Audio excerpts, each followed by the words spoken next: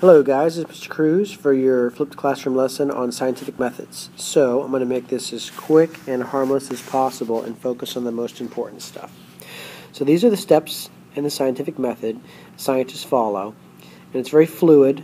It's not just 1, 2, 3, 4, 5, 6. Sometimes you have to restart and repeat your experiments, but we're going to be going through this process for the science fair and learn the specifics of each step and how to do each step. For example, you have already written your question for science fair, and that's identifying your problem. Next, for science fair, you will research, and you'll learn a little bit of background information about your experiment. Then, third step, we'll learn how to write a hypothesis statement, which is an educated guess. The meat and potatoes of this lesson is how to design an experiment properly, which we'll talk about. And then we'll eventually practice collecting, analyzing, and organizing data, learning about graphing. Writing conclusions is our last step, and I'll teach you how to do that. Now, in any science experiment, if your hypothesis is rejected, then you must revise or repeat it.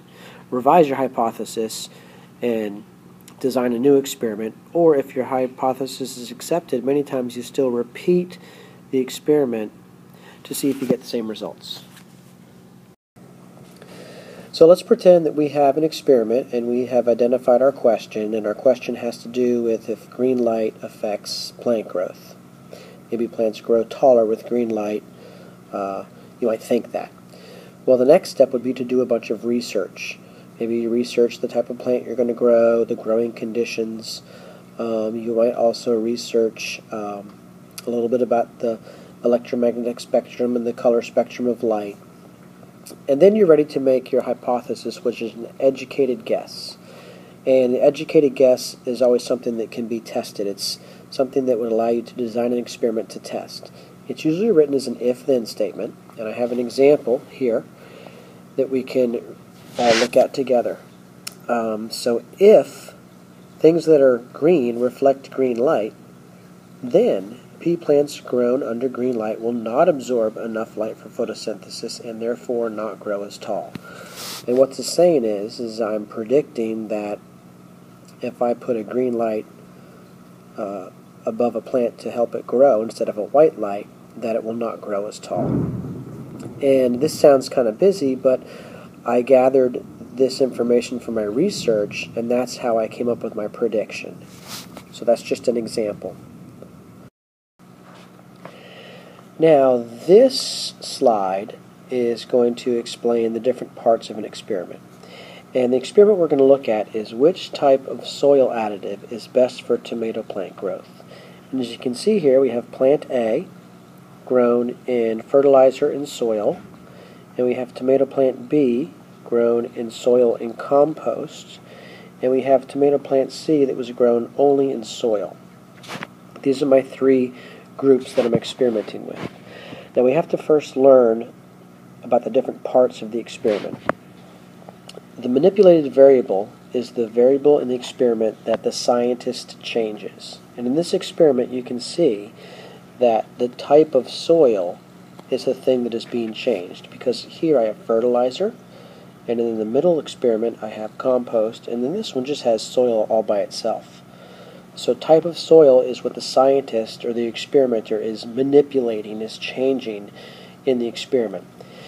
And then the way that I like to remember the responding variable is this right here. The manipulated variable affects the responding variable. So here I'm testing how the type of soil affects tomato plant growth.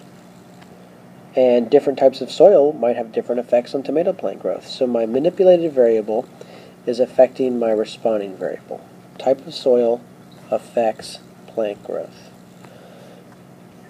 And you can. Now let's focus on the constants or controlled variables. These are parts of the experiment which remain the same, so the results are reliable.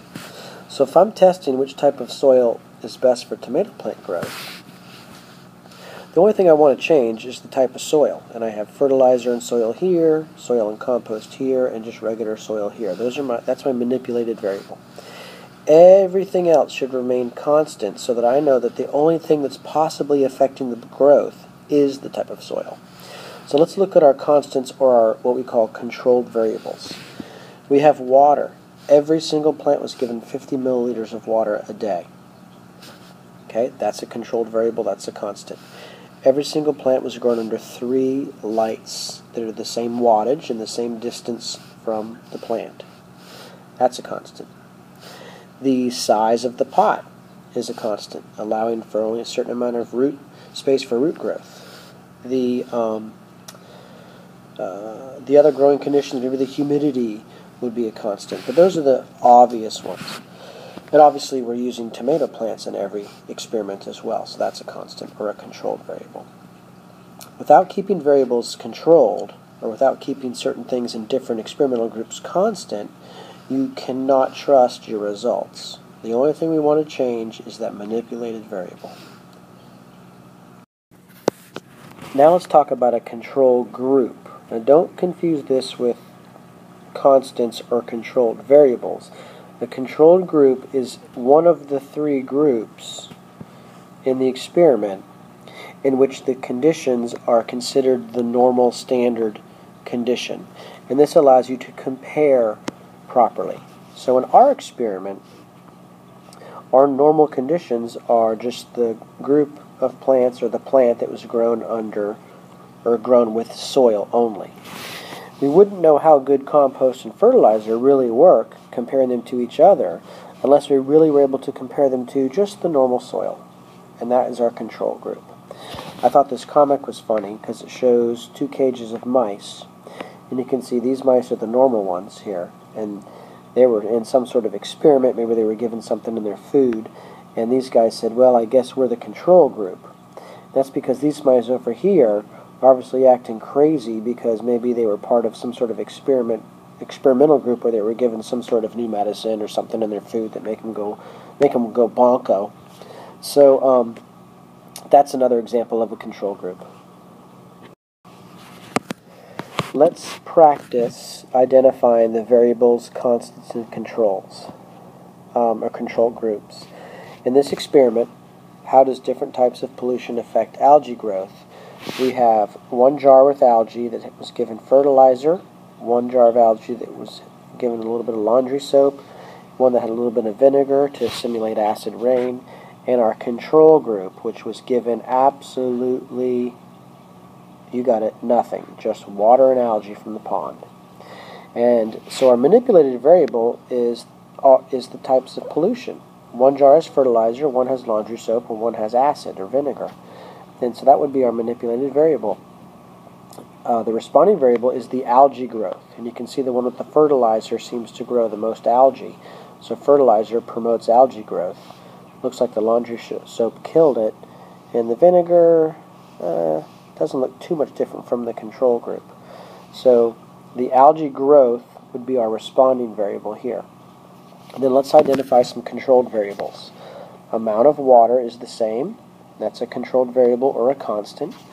It looks like they attempted to put in the same amount of algae in each jar, although this one looks like it's doing well. And I would assume that if they did this experiment properly, they did put the same amount of algae in all 4 jars. The amount of sunlight that they're all given is the same because they're all in the same windowsill. And so those are examples of constants. In this experiment, what amount of water is best for tomato plant growth is our question. And let's see if you can identify what the manipulated variable is. The manipulated variable, in this case, is the amount of water. You can see here we have different amounts of water for the manipulated variable. Okay, that's our MV. And our responding variable is plant growth, tomato plant growth. And that is recorded here. They measured the mass of the plant and the height of the plant. And so remember, the manipulated variable affects the responding variable. And you can see that the different amounts of water did have a little bit of an effect on the plant growth. It looks like too much water is not good, actually. So,